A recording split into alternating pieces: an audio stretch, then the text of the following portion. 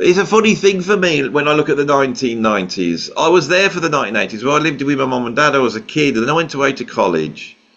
And I can remember everyone was into like all these indie bands, and at my university we had this thing that was like an indie night where they play, you know, Sisters of Mercy or whatever it was. It was all that type of stuff. And I used to go there. I wasn't into it, but everyone went there because they were all into it. So this Saturday night we went. And then at some point, around about 1988, I would have said 89, we turn up. No one's wearing black anymore. They're all wearing white. And the music's all changed. And it's just going... And the whole... You think, what the hell's this? And at this point, it was like every single style of music began to fracture. Everything did. And before you knew it, you'd got like house music, and then you got electro, then you got jungle, drum and bass. Hip hop went from being novelty music, was quite funny, to really serious, like Cop Killing, or it's Tribe Called Quest. You get like ambient music coming out. You get the Orb going to #1 with like what sounds like electronic gong. You get like Aphex Twin is a pop star, and he's making music that sounds like avant-garde classical music. Jazz just explodes with all these crossover with hip hop, crossover with electronic music. Heavy metal goes into Nirvana, but it also goes into Pantera, and it goes into the Red Hot Chili Peppers and Fishbone, and everything's fracturing. I'm like an adult. I'm no longer living at home, and all the music. I'm listening to all my jazz. I've always kept away from the mainstream. Suddenly the mainstream's coming out, and it's unbelievable. You know, and it's like girls are like listening to Steve Vai's Passion and Warfare. It sells a million copies. They're going, I remember these girls going, "Here, coming out, where are we going? We're going to watch this band Extreme." Why? Well, they're a metal band, but you've seen the guitarist, so they had posters of, you know, Bettencourt. On every aspect, there was like this massive revolution. And I think never since the 1960s, early 70s did music sound so good as in the early 90s. There's a definite shift there, and I remember it. I mean, you know, as you're saying, you were there. I was a few years younger than you, but I remember suddenly there's this. When I just talked about in the previous video, this sort of snottiness in the 80s to, you know, certain things being you had to like this, or it was really uncool. There's this sort of lifting of that in the 90s. I feel it's sort of like there's more allowance as we go towards the end of perhaps this huge period of creativity that we've looked over this time. There's more of an acceptance from other people that the things that are going around. Maybe I think there's various things. I mean, maybe communication gets, but there's a gasp of music magazines, isn't there? The things that come out, so you're away from things like the Enemy and the Melody Maker and all those sort of things that owned that sort of cultural, you know, permission of what was cool and not. And you've got some older people writing Q, and then Mojo comes out as a heritage magazine in '93, when all of these things are still going. But Mojo and Q were key because they had a wider remit. I remember learning about on AC/DC. They do it seriously, but for me, through that period, it was the Wire magazine. Wire magazine. I was just buying stuff that was in Wire magazine, and it was so cutting edge, and they were pushing all sorts of different things from avant-garde jazz, free jazz, electronica, all these things. But it was then cropping up in the mainstream. It was a bizarre time. Now, this is the bit you need to fill in, because Thatcher had ruled the roost throughout the 1980s. It's the Thatcher era. Yes. You know, then the 90s come in. Thatcher goes. They're living off the vapors of Thatcher. There's I've got a job. I remember there's an economic crisis in 1991. All the houses are too expensive. Suddenly, it all starts to crash. And my generation don't want to do it. They don't do it, and all of us. I was around it and never quite succumbed to it, but I knew what it felt like. But my mates were literally. I had a mate who was my mate Timmy Vegas, who is a dance music producer now, and he played keyboards with me in the Priory of Brighton. But he told me back in '88, '89, he'd made his way to New York and he'd written the music for this off-Broadway show, right? and then the rave thing hits. He just leaves. He stops playing keyboards. He gets himself a turntable, and he said within a year, he's like, that, you know, they're scouting for these shows, and it was nothing like what we did in Heritage for America, which was a gay sort of black house scene, nightclubbing for young gay people. It wasn't like that.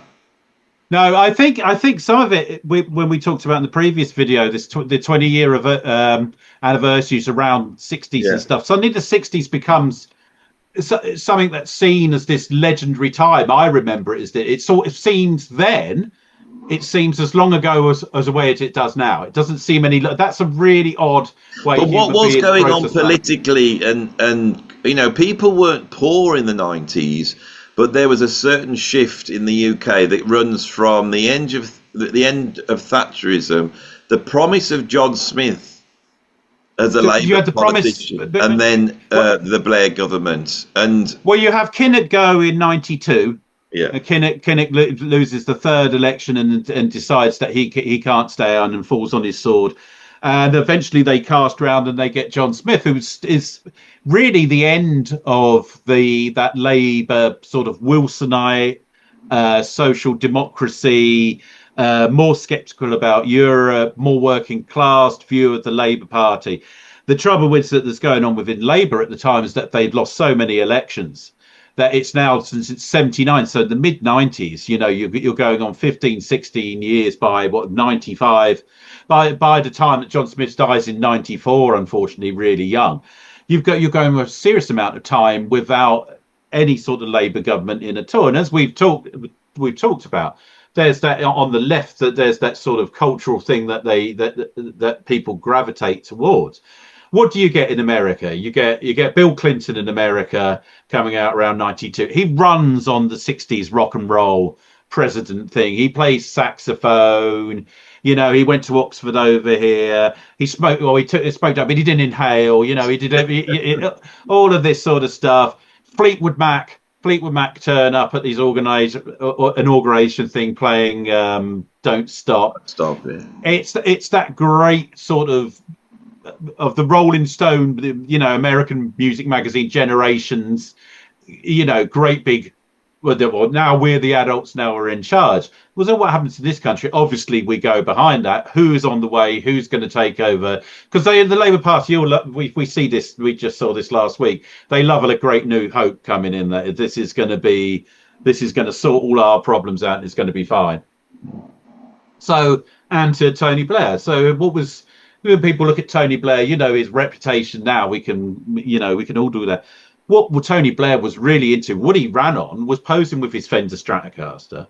He was in a band called Ugly Rumours, which was the inscription off of the back of the Grateful Dead from the Mars Hotel album from '73. He wanted to be Mick Jagger. He was in a rock band. He hung around with loads of sort of lefty Marxists at university, becomes a lawyer, sort of tidies himself up. He's on around the Labour Party all the time. He writes for magazines as well. He's sort of this fresh face, and he runs on this "things will only get better" ticket to come in '97. So after the years of the Tories, there's a flashback to sort of like the end of the Harold Macmillan years, where there's all the corruption within the John Major government as well. People are having affairs left, right and centre. This has happened through the Thatcher years. You get John Major in the 90s wanting to go back to basics, you know, and it's you know, Britain should be, you know, the cricket on the green and people riding their bike, while he's having it off with Edwina Currie at the time. All of this stuff gets caught out as well. On top of that, you get the Cool Britannia thing that started with the young British artist, the YBAs, in the early 90s. That, again, he attempts sort of a Wilson to sort of commodify this. But there's a feeling of change. There's a feeling that there's, again, some real sort of artistic endeavours going on. Yeah, Blair brings in this utopian, you know, feeling. Yeah. And what that seems to be built off what's happening culturally, because what I find fascinating this point in time is that the dance music that's coming in now, this is electronic music. It really is the real punk. because this is the beginning of guitars are going out the window, drums are going out the window. You don't have to have skill, machines, you know, all that goes right back to the beginning of dance music. But the way the British deal with it is by creating this sort of rural, new age traveller rave scene. And it's completely illegal. I know people that were involved with it. You know, you would literally, you'd go out, you know, they go out, you know, sort of end of pub era, they go around the pubs, hundreds of people dropping flyers saying to meet at a certain petrol station. Everyone gets in the car, they drive out to the petrol station. They've all got the great big mobile phones, and then once they're at the last minute, pages, they did it through pages as well. And then everyone, hundreds, thousands of cars follow people to some field where they're frantically setting up a sound system. No bands couldn't do it, but the speakers go up, the turntables go up, and then people start to drop these records, and into that space it seems that a freedom comes in. And my mate Timmy Vegas, as I said, he was DJing at these raves, and he said he used to wait, putting on all this hard, you know, techno, house music. He said he used to wait for the sun to start to come up, and then as the sun, he knew the sun was coming up, he would drop In the Air Tonight by Phil Collins. No one's dancing, but this thing comes in and everyone would stop, and he would try and time it so as the sun came up it would be, and I remember, and then you get and within that, you know, I think that the electronic music and dance music, it changed the industry as well, and you could get hit records another way, and I think that freshens up absolutely everything. Absolutely. And by the mid-90s, you've got Aphex Twin and the Orb in the charts, and they come out with that fluffy white clouds, you know, whatever it's called. The Orb went to #1 with a 27-minute track of basically gong-esque hallucinogenic dub. There's an amazing time in the 90s that does you feel like that if this isn't exactly the 60s, there's this freedom again, and in the more pop music, this is, you know, this is probably the last time that you could bang around a Union Jack and not get, you know, a lot of backlash for it. It's that British thing of this going back to Time magazine in 1965. Blair's a genius at jumping on this political. And only that the Blair government, they commissioned huge sort of reports and research into the culture capital sort of sectors as well, and in terms of using that for government and how far that would go and keep a popularity going. And then you had obviously the drinks at number 10 or Noel Gallagher and all that sort of stuff. Again, only anecdote. I remember the time. I remember voting for Blair, and I remember there again, probably like people felt there was a feeling of optimism. There was something's going to change, whether it was false or not. But just off, this is before 9/11. This is before any of these things happened. You know, I literally can remember walking down to vote, leaving. I was in a little flat. Sunny morning. Yeah, it was a sunny morning, beautiful day. I've got Things Will Only Get Better, you know, echoing in my ears as I skipped down, and I thought, whoever wins this is a great period. I can remember consciously thinking this is a great period to be alive. All the music was amazing. Radiohead had just brought out OK Computer. So you'd have like Nirvana was incredible, Soundgarden, Pearl Jam. I mean, this was incredible when you were, you know, us rock fans were buying like, you know, Warrant albums or bloody, you know, Winger. And then suddenly there's so many incredible rock bands. You got Fishbone, all that type of stuff going on. Radiohead come out doing that, and they take that sort of indie thing that like, you and me were never quite keen on, and they run with it, and before you know it, they do their own bloody Dark Side of the Moon. And I can remember listening to you know, and then Kid A comes out, the electronic things come out. I've got mates at this time in EMF. I've got mates in Ned's Atomic Dustbin. I've got mates in Pot Will Eat Itself. I know all those guys. They're all my age. It's fantastic. And I remember another great time just to rediscover the older music, because you could go into a second-hand record shop and buy perfectly good vinyl for 50p, because it's before the vinyl you have now. I could, you know, all this stuff was going on. It was a far more tolerant towards the stuff that I would have liked. There seemed to be far less. Yeah, there was a sudden tolerance that was going on, and the bands that were absolutely huge, right? So if you into Oasis, which become the working class biggest football terrace band known to man, Oasis were my thing. But I love the Pink Floyd that they loved, and I love the Beatles. I knew, and there was an association there. They didn't say, "Oh, we hate all that. We hate Pink Floyd." They loved Pink Floyd. So here's the difference. So someone like Paul Weller, that I know you're not a particularly great fan of, but I actually liked when he sort of ditched the Style Council and started listening to Traffic. I know obviously Traffic and that do it, their way. He said, I had this far too long, this sort of prejudice where anyone with a beard and long hair was a tosser. Yeah.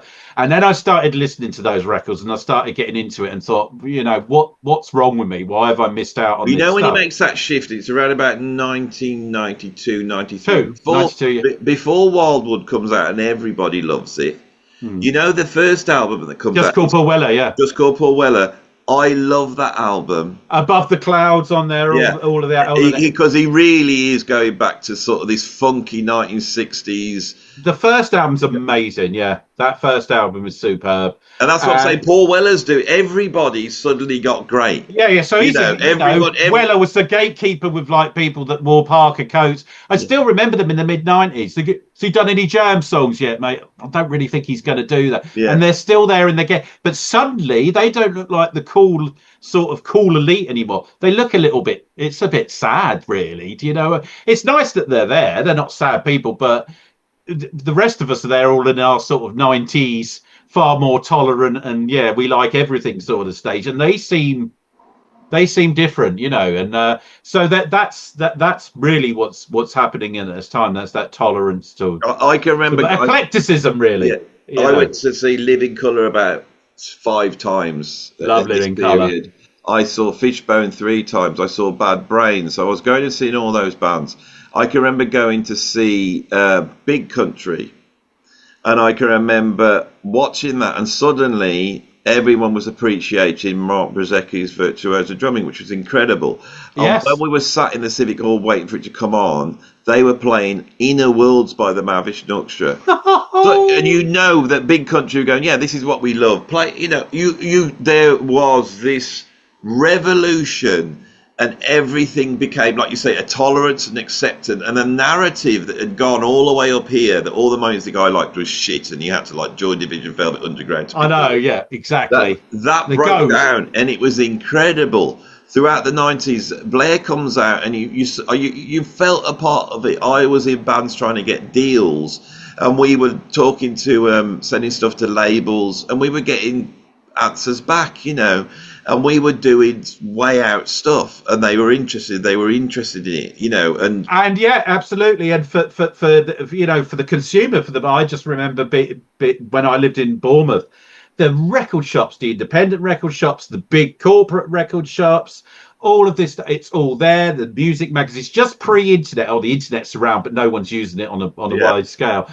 The music magazines, the bands, the people coming to the BIC, like seeing BB King at the BIC, and all of that. Yeah. This is all happening in in your town, and it was everywhere. You go to London, you go to Tower Records, and they give you a basket, you fill your basket up with stuff, and there was the money to do it. So there's this amazing time of of everything that was round, of discovery and a more tolerance towards. To all different forms of music. In '93, they had this new festivals come out called the Phoenix Festival, and I went to that. It was the first festival I ever went to. I've hardly been to any festivals. I've played a million. I've never been to Glastonbury. I played Glastonbury, so I was. No, I've never been to many festivals. But I went to the Phoenix Festival. I saw Faith No More, Disposal Heroes of Hypocrisy. I saw Hole. I saw Gil Scott-Heron. I saw Courtney Pine. I saw like a whole ton of really way out jazz. I didn't go and watch the Cardiacs because I didn't know they were on, and I'd been watching the band before. But Cardiacs were at that festival. You walked around in a shock because the music was all mind-blowing, and this wasn't some weird jazz festival. This was mainstream popular music. Festival. I don't think there was ever a period in the mid-90s. I don't think there was a period like it. It was like the 60s, but infused with everything that had gone before. It was everywhere, wasn't it? I Yeah. even remember Chris Evans when he was the Radio 1 breakfast DJ in the morning, playing some really good stuff. It was like, and it now I look back on it and it seems remarkable. At the time, it's like, wow, it's sort of like seemed the progression you needed. Everything's really stepped up.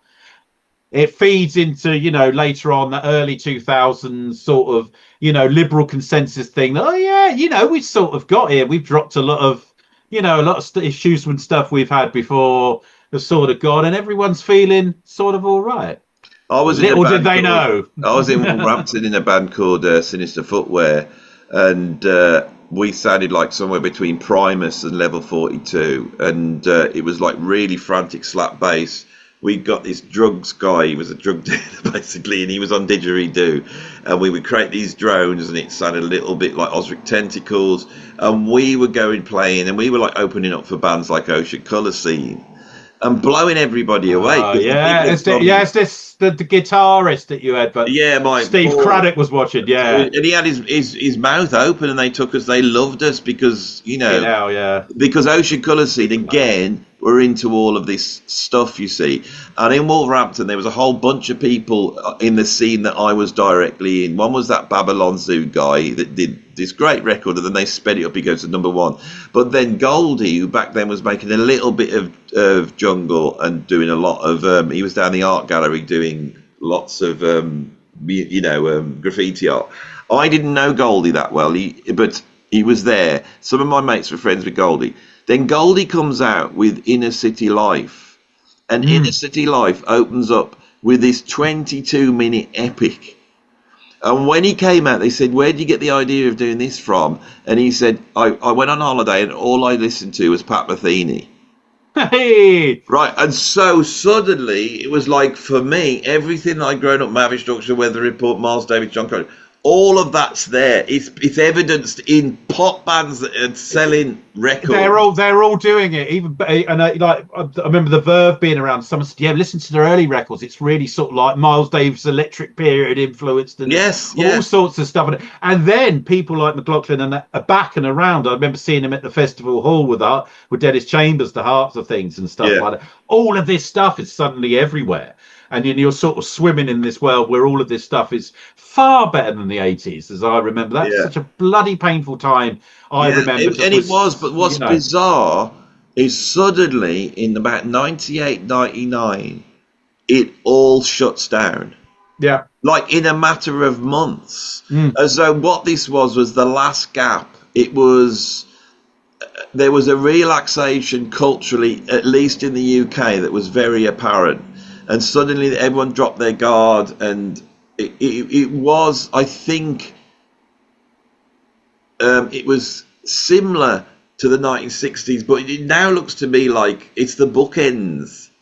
It was like, wasn't this all amazing? Like you said, and then you get this big trajectory we've described from the 60s, and like you said, when they started celebrating the 20th anniversary of Sgt. Pepper, and then it was this, then there's a CD issue with that, and then they're doing the 20th anniversary of Dark Side of the Moon, and all that's going on, and then bands like Radiohead are going, well, we love Dark Side of the Moon, so you can be the coolest band in the world.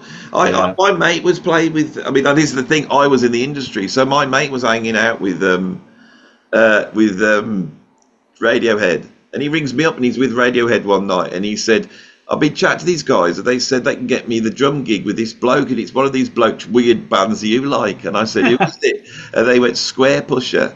Oh, gosh. And so I said, tell him he'll do it. And he didn't know who the band was. And he got the gig offered Bats for Lashes, who'd just got the Mercury Music Prize. And Square Pusher, I feel like I told him to do the right thing. I didn't know about Square Pusher later, but I've got to mention my friend Tommy. Tommy would love this. He's a major Square Pusher fan. He remembered playing some, and I went, Jesus Christ, that's sort of like Weather Report. That's like bits of Jacko and Stanley. Like, that's like, what the hell is this? And then he was telling me about it. And I was like, and apparently Square Pusher did something with Herbie Hancock that's never been released, but he did some. Square Pusher was like, I was involved in management that were involved with Bjork.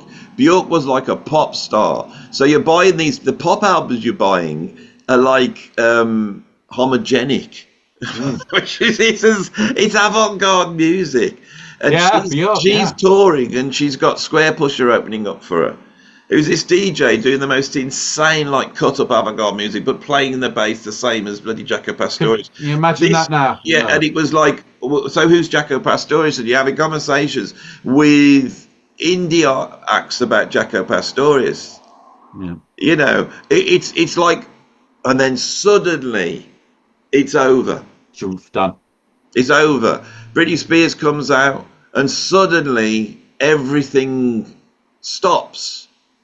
You think of the early 2000s, I think of that program that used to be on the Saturday morning called CD UK, which was all of those, and suddenly it's gone, and it's All Saints and those sorts of bands, as you said, Britney Spears, and there's a difference in the air. It's the beginning. It's like, say you take rock music, you've got Soundgarden, Pearl Jam, you've got Suicidal Tendencies, Nirvana, Rage Against the Machine, you've got Pantera, you've got Linkin Park, you've got Limp Bizkit. Then you've got, you know, nothing changes. And there's great bands, Avenged Sevenfold. There's these great rock bands that are coming out, but you know, we almost come up for 30 years. You listen to a modern metal band now, it's produced better, but there is nothing ever happened new again. I'm convinced. We used to talk to students about this, and I guest on other courses and talk as well with other lecturers, and we said it's not that we're just old. We tried talking once. What's the best British cultural exports in the 2010s? You're younger people, you know. So just go back on that era. Downton Abbey. You know, what about musically? Stumped. Then, well, if they're educated and know, they'll say Arctic Monkeys. And maybe Arctic Monkeys. And Arctic Monkeys was that first album's incredible, but it's 20 odd years ago now. Arctic Monkeys is 20 years ago. It's a long time ago, and nothing happened since then. Pop music. Britney comes out. Christina Aguilera. There's some interesting stuff there. NSYNC, there's some great stuff to be the early 2000s, especially people like Aliyah and all those types of things. But very quickly, whatever they're doing, there's no change now. In fact, all what's gone is the soul. You know, there's very little difference. But there's no difference in the pop music. If you listen to indie music, if you listen to any strand of music, it stops in 2000. It stops now. We stop here now. This is the last of this series where we're exploring it, you know, and we started. I think what you have to see is that what starts here in the UK in the late 40s with the trad boom, and then everything that we've described, was an era when music found its way to being the most important art form of that era. Yeah, and I think what happened in the 2000s, because the whole millennium thing was such a huge thing anyway culturally. I think once we got onto the other side of it, that music stopped being an important cultural form. Yeah, and when you get and I think, you know, the rise of the internet in it, for all the good things it does, and it's had. I mean, I remember when I first saw this idea, YouTube. You know, and someone said, well, it's like someone like you's recorded loads of old videos of jazz fusion and that, but you know, you get to put it on a computer and everyone can watch it. Wow, that seems. But the social media thing, and that seems to take people's attention somewhere else. It's just better. It's more exciting. This is the thing that no one will say. They want to blame streaming. They want to blame all this, but what they don't take on is the cultural impact of that millennium, which was like everything's going to change, but it was actually like, what about the millennium bug, or this is going to happen, and nothing happened. It wasn't Live Aid, it wasn't the summer of '67, it wasn't the punk era, it wasn't even 1992, 93 when all the music went amazing and I went to my first festival. The millennium was just, then you had 9/11, and I think 9/11 was such a shock. And if you see this glorious period of starting, we said 64, so you got the death of Kennedy, and then you've got 9/11. And since then, I think that culturally things are so different, and the conclusion I've come to is that music after the year 2000 is just not as good as other stuff. No. You know, I think you're right. It's not actually as good as Downton Abbey or The Sopranos or Breaking Bad. No, and it's had 37 years of innovation. You know, and you think of the amount of stuff over that 30 years it's released, the amount of endeavor. It's not infinite, is it? I mean, you know, this stuff isn't. And there's other things people are interested in. I think politically, with people as well, and younger people, the shift to like your identity away from music being, or what music you're into being your identity. You know, that dissipates that idea. Yeah. It's gone. You're no longer a goth, and it really matters. You know, this is so right. And I think my channel, and I'm probably one of the few people, because I had an art training, I think this is, and then I did a lot of cultural studies, had to teach that type of stuff. You're the same thing. So I question all of this. I know that in the last period of my life, I've been able to do what I do by jumping on what YouTube does. Right, but I'm very aware that of all the YouTubers and all the people out there now that are watching this, and you all love it because we're chatting about all this music, but what are you doing on the night? Now, some of you have probably got your great big stereo system and you're putting your records on, but how many of you are actually involved in some aspect of the identity politic division that's going on? And that's actually your entertainment on the night.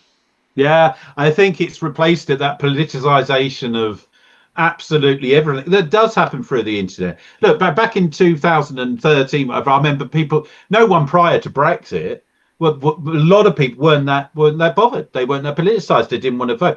That galvanized everything in social media, ups and ups and ups that game. The media, just the mainstream media, what's left of it now, constantly feeds into that all the time. Yeah. And so now everyone's a political expert. I mean, you know, as I've said to you before, I taught a politics module. I know people that, you know, apparently they think I don't know what I'm talking about. And you think, okay, well, that's all right. Well, you'd be like that then. But it's strange how that's shifted from sitting to listening to Tubular Bells, isn't it? You know. Yeah. Well, it's like this is why this has been a glorious conversation. Anyone who's followed it over, how many have we done? 4 or 5? So 4 or 5. Yeah. So this has been a week's worth. You know, and you arrive at the end of this epic conversation. We've championed the best of the left and the right on here. When we go back to rock and roll and you look at it and you look at what you love and all those types of things, you see the great ideas on the left, the great ideas on the right, and when they came through, it's echoed in the culture, and people, right, they're more comfortable, they're wealthier, whatever it is, but also they're happier, and they have this wonderful thing called music, and it's sort of it tells the story. Here we are now. Music is no longer the telling the story of anything. In fact, it's a con. No, when culture's you're right, absolutely right. When culture's leading the way, when it's ahead of everything that's going on, it makes for something. It's so important. It's different. And now what we're doing is arguing over every tiny little word that people say. And I don't even care. I do care, but it's not my first and foremost concern where people are sitting politically. I think, as an old, I suppose, really as a sort of 90s generation person, God, how boring and petty. Let's, you know, when people are arguing every tiny toss on it or pulling you about because you said this or they think you said that. And you think, well, this isn't art. This isn't fun, I suppose, in a way either. It's not very tolerant. It's not very eclectic. This is the new rock and roll. Arguing and watching people argue, or watching people filming the new British weekend activity, which is going to go and march on the side of the left or the right and shout names at each other. And the thing is that YouTube loves it. I've been down the journey of this, right? And I in the last month have gone through a transformation which ended up with me getting rid of my politics channel, or at least moving it behind the Patreon, you know, so I can still do that, but I'm not going to do this publicly anymore. No. I filmed a video yesterday, which is my most aggressive attack on those sort of elitist leftist gatekeepers. It's vicious and it's specific. I don't know what the ramifications are going to be of it, but that is now behind me, and they can go for me as much as they like. Yeah. Right. But I tell you something.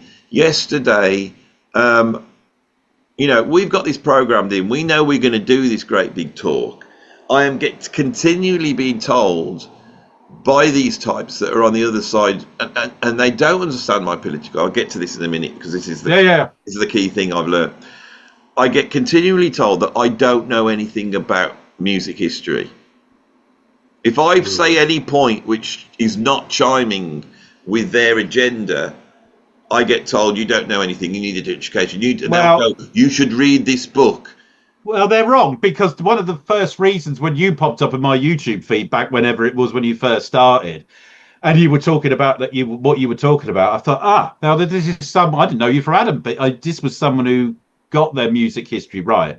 They saw these things for what they are. So I can only assume they've been sold a certain line, and that's the way that they think it is. And what they don't understand is that we have been through. We're not supposed to talk about this post-2000 era. This is the last video, but we can finish it off now if you want, and I'll say that thing. When Brexit happened, I voted to remain. Mm-hmm. I think we thought we needed to be in Europe because I was one of those cosmopolitan types. I wasn't socialist amongst. I didn't agree with identity politics, but I was still with the idea of being in Europe. When online the backlash happened, and I started to doubt my middle class lefty friends in their hatred of working class people, and actually a much deeper thing that we both celebrated in this chat, which is politics in line with the basic British people and what they feel, not what they think or what's right or wrong, but what they feel. And I started to think, now they didn't vote for Brexit because they're racists, and yet there were people going, everybody who voted Brexit is a racist. Well, just because they don't know enough. They don't know enough about it. They haven't read the arguments around it. My training was in fine art.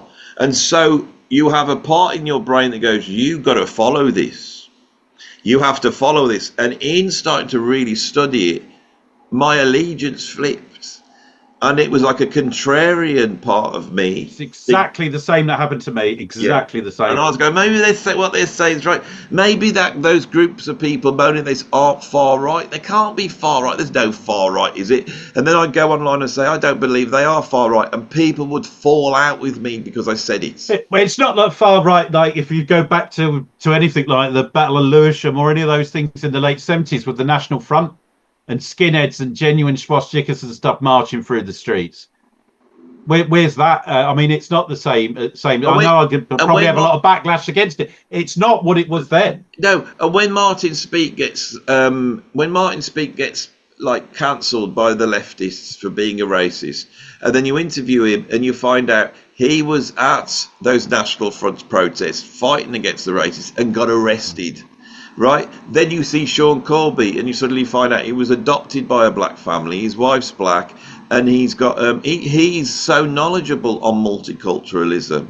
His new jazz album's coming out and it's a tribute to some black thinker, and it's just incredible, and yet he had to be cancelled and destroyed by this. And I can't help, because I'm an educationalist, what I learned from being a teacher is the kids come in, you pull them in. With YouTube, that's the thumbnail and the clickbait thing. When they sit down, you deliver what they want. And once you've got them in the palm of your hands, you hit them with something counterintuitive. If you're telling them what they already know, they're not learning. A teacher does not teach the intuitive parts of their subject. The students will work those out. You step in and say the counterintuitive. Now, me coming on here and saying the counterintuitive has upset people on the left, not so much on the right, because the right aren't captured like the left are, and that's just a bottom line. And I chatted to a really close mate of mine about all this and the stuff that's going on with friends of mine who have really been nasty towards me, and my mate said to me, he goes, Andy, I've known you for years. He goes, and these people know who you are. He goes, you are not the same as some reactionary, far-right, racist British person. They're trying to make you like that because they know that you're a natural contrarian. And I said, but, because he can see how upset I am by it. And he goes, Andy, you don't understand. You are their shadow. You're their shadow. And the reason they're reacting to you the way they do is because to engage with you as a friend, to engage with you as someone equal, means their bubble might be burst, because you are getting this because you are touching on something that they really can't deal with. We have just celebrated the Attlee government. We've celebrated the John Smith Labour Party, and Kim, I think, was brilliant in setting that up, and he should get so many accolades for that. We have celebrated the Harold Wilson government for not being the Lyndon B. Johnson government and delivering such an incredible period in time that the music that came out of the back of that ruled the world and is the basis. And we have just said, which no one else said, that's down to Harold Wilson. So we sit here championing all these leftist things. So when I come out and I seem to go against the intuitive idea of the creative person that should line up with the socialist leftist agenda, and I'm questioning it because it has to happen, they can't deal with it. So they have to go, just don't talk to that guy. Oh, he's awful. Oh, he's gone down. He's lost everything. They have to go, just don't listen to him. Don't listen to him. And that's inspired me to go forward. So this is why I'm here doing this. I'm still going to do the funny stuff. I'm still going to be doing all the things I normally do. But I do have to work towards the difficult areas of that exist. And we've just had a week doing this, and the truth is that music, this is the conclusion we both come to. Music no longer occupies that place in culture. No, sadly it doesn't. It really doesn't. It can occupy its space in you as an individual, but as a unified sort of cohesive thing, it doesn't. It's not that there isn't people buying music. There's not like there's the vinyl geeks buying their 50 quid audio file, 195,000 gram reissues, whatever, all of that sort of stuff. That's there, but as in terms of a living, breathing movement, it's difficult. That's why with heritage acts like McCartney, releasing probably his last album, and the Stones still out there doing it, that people are interested. It's like what you got. They're not as interested. They're not as interested as they were. I buy records now because they need to be in the collection. They don't get played. They just need to be in the collection. I've got enough music that, to be honest, when I get in the car, I'm putting Earth, Wind and Fire on, or I'm putting Thelonious Monk on. And I never used to buy stuff for the collection. If I bought something, and of course, when you did, this is the other thing with the physical, whatever media that they call it, when you've invested something in it, when you've gone to the shop, you've looked, you've paid your money across for it. And I was never bothered about collector stuff. I liked HMV because it just sold reasonable size CDs of reissues or new stuff. You'd spend some time with it and listening to it now. But I do find, if I do charity shops and buy things second hand, it's more putting it in the collection than anything else. I'm buying 10 albums a week still now. Right. I would average that, and it's like just filling the collection out, getting a few things. But every now and then, when I buy something to listen to, it will be. Like the other day, I bought a CD, which was the best of Van Halen. Why? I've got all the Van Halen albums, so I can drop some, because when I get in the car, I'm listening to Van Halen. Well, I've got this thing at the moment about 90s compilations. I picked up one the other day, Occasion music. There's some jazz ones I've picked up, some stuff that I found somewhere as well. And there are all these 90s compilations. There's even one for the Times magazine of late night jazz. But the bloody sleeve notes are written by Brian Priestley, who wrote books on Charlie Parker and Mingus and stuff like that. And I love that 90s thing. It's just what we were talking about this morning. I've got 200. Marks and Spencer's sold bloody jazz CDs on their own label. And they're pretty good, with a really good sleeve note inside them and stuff like that. From this time of discovery as well for people, and this eclecticism and sort of tolerance. If you ever come up to mine, you can have my second copy of the ECM Spectrum compilation disc, which is amazing. I've got 2 of them. Well, I've got 2 of them because they've been churned out in the 90s. Yeah, and I've got 2 because they reissued that again with a different title. I've got a thesis here of what I think after all the stuff that's happened to me and having this incredible experience of we've talked our way through this. Yeah, and we'll both go away with such a much better idea of what we've just spoken through. The thing I've realised is that people now would rather watch a leftist and a rightist arguing with each other, or a rightist pointing out something that's wrong with the left, or a leftist pointing out something that's wrong with the right, and all the ramifications that go like that. My kids watch exactly the same thing, but it's on TikTok. I watch the same thing when I get in.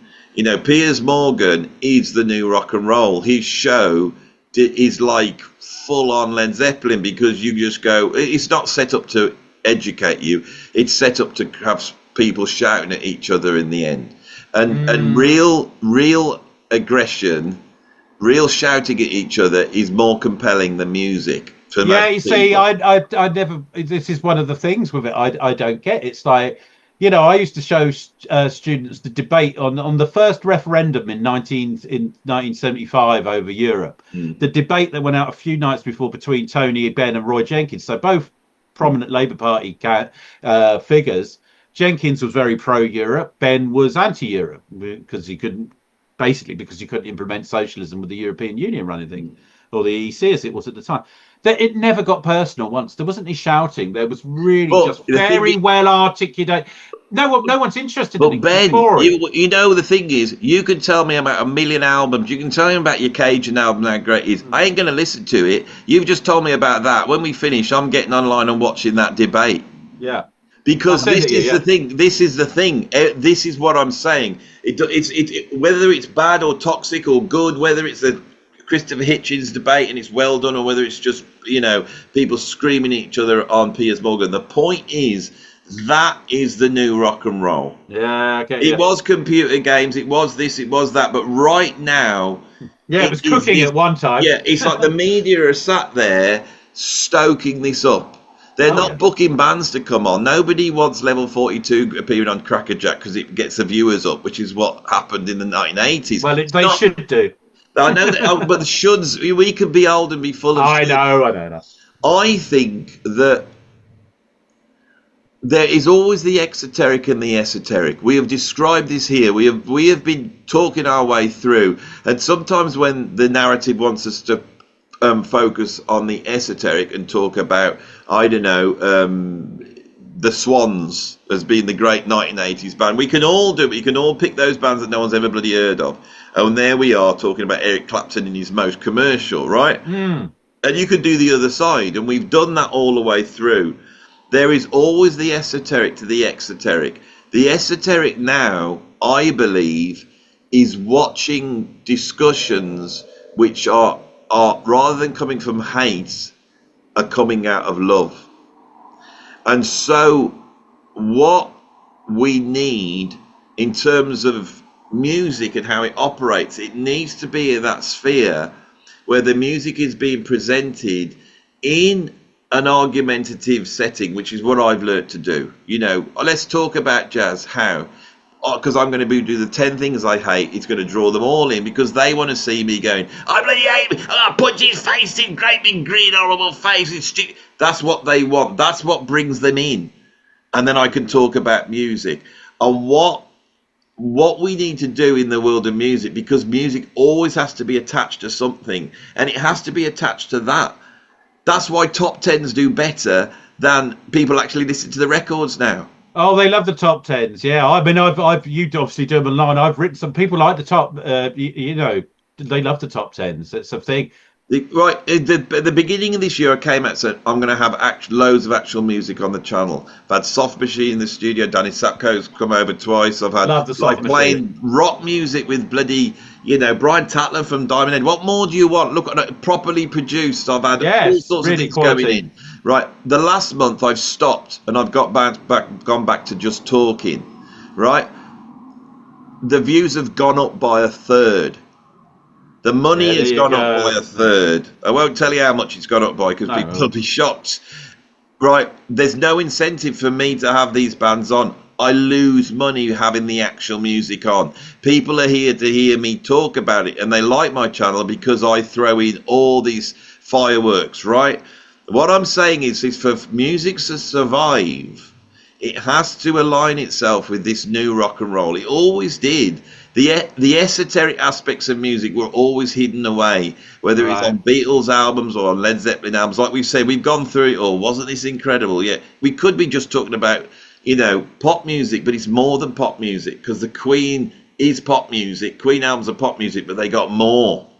And that's what we're talking about. The music, I'm doing this here on this channel, right? I am doing it here. But one of the things I realized is we have to move towards the area of love, which is people disagreeing.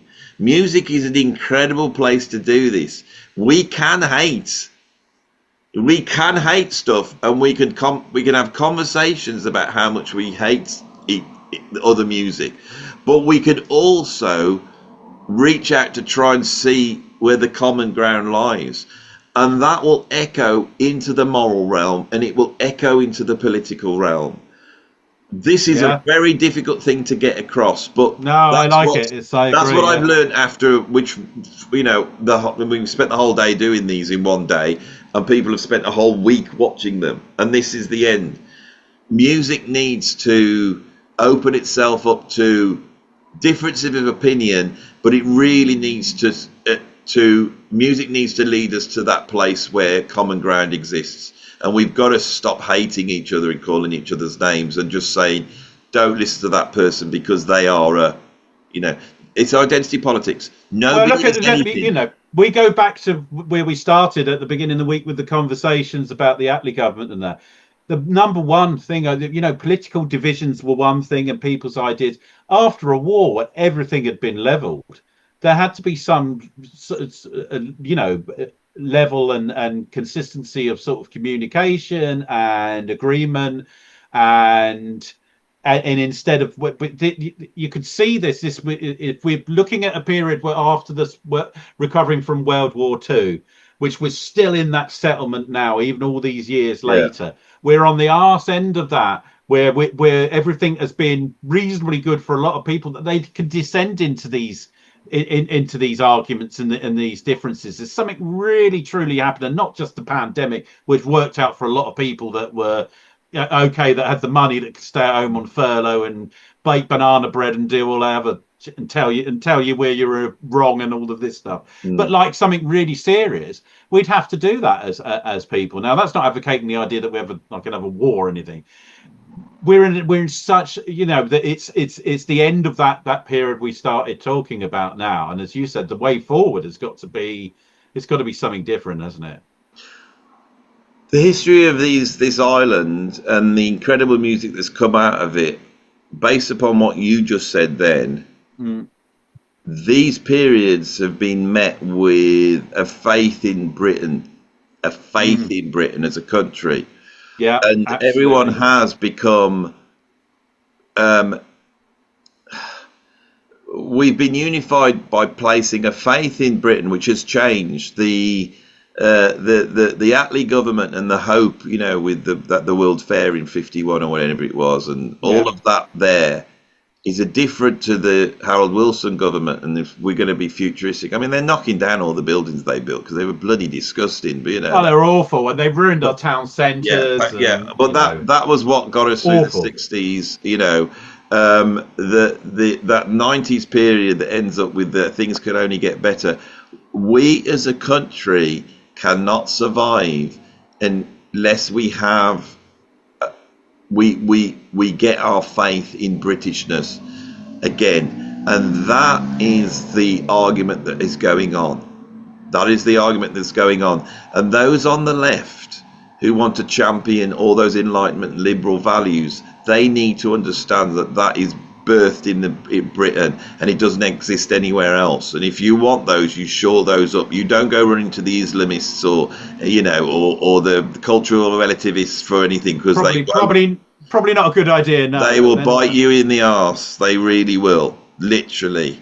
not literally bite you, or they'll chuck you off a building, or they will, and the left have to move to realise that where the real tolerant Enlightenment values exist in our country. They exist in all sorts of countries, but we've got a good history. The right, they need to bloody look at their ethno-nationalist bloody patriot nonsense, which is the most un-British thing, and copying this some sort of neo-Christian sort of right-wing fundamentalist view.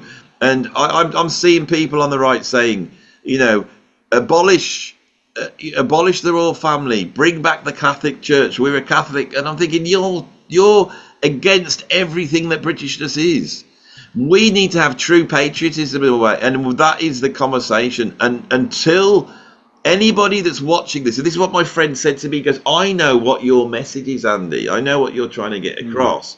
But it means that everyone has to wind it in a little bit. Well, there's going to be that huge snobism that you see towards working class people from the middle class has got to go. But once they see a flag, there's a few England flags out the window because it's the football. So they're sort of like, you've got license to do it at the moment.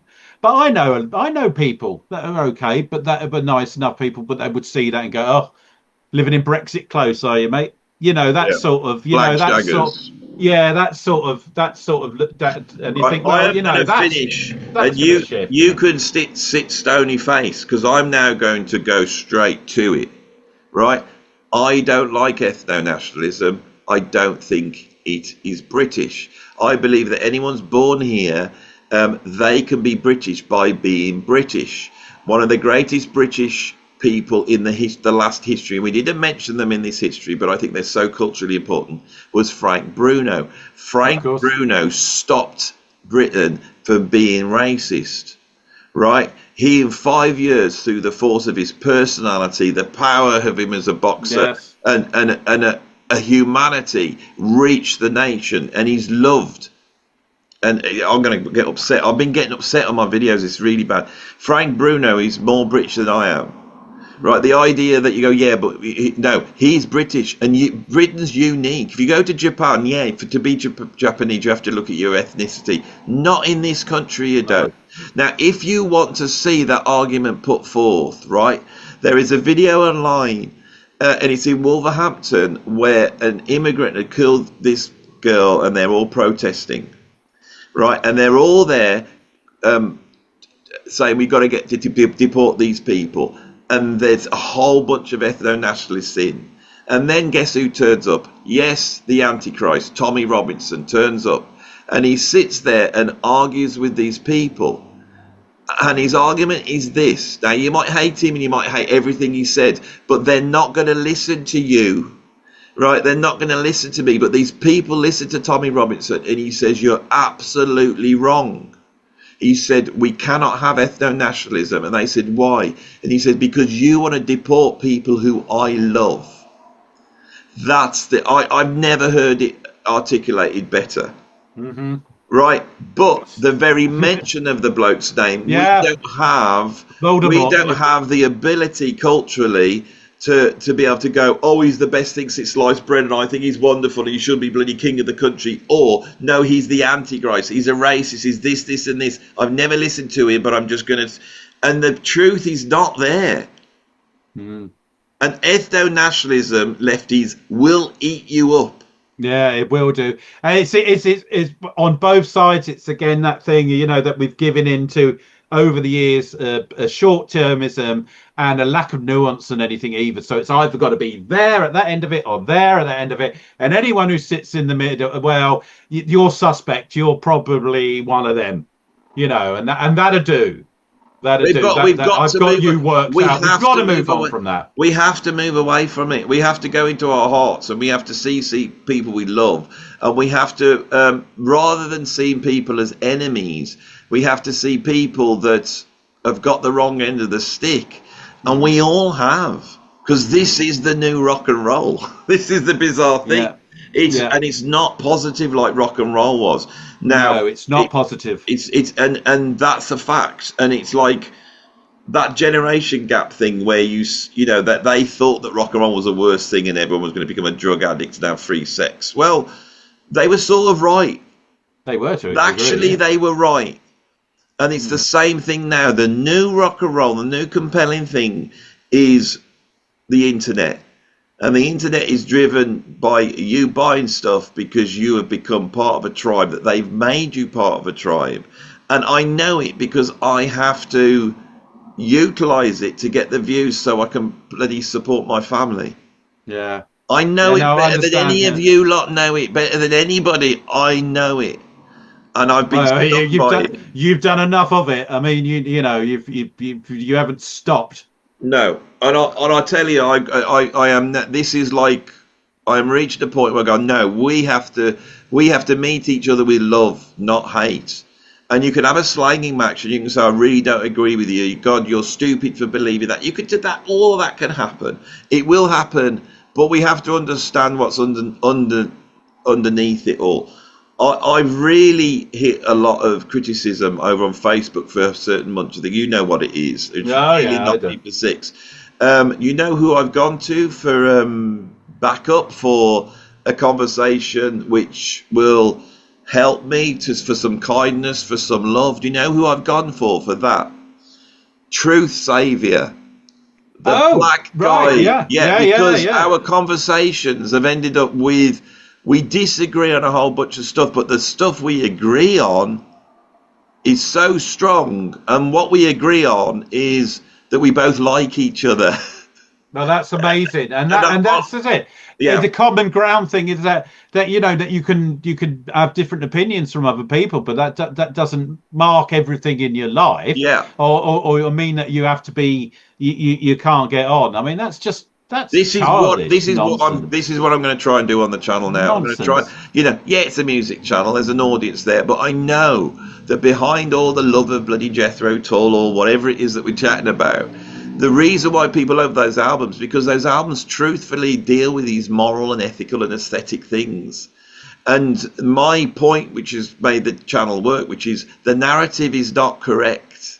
No. You can love Pink Floyd or the Mavish Orchestra. You can love Jethro Tull. You can think it's the highest achievement of artistically at that. It is the greatest achievement in 1973 of humanity. Is Dark Side of the Moon. Yeah.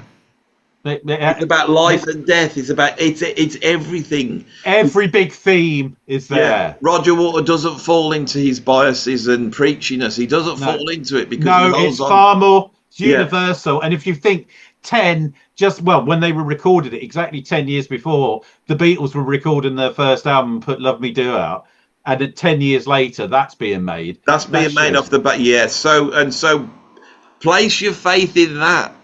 Exactly. What Ben just said, place your faith in that.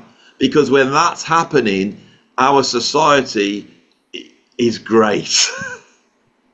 Thank you for watching, everybody. Thank you.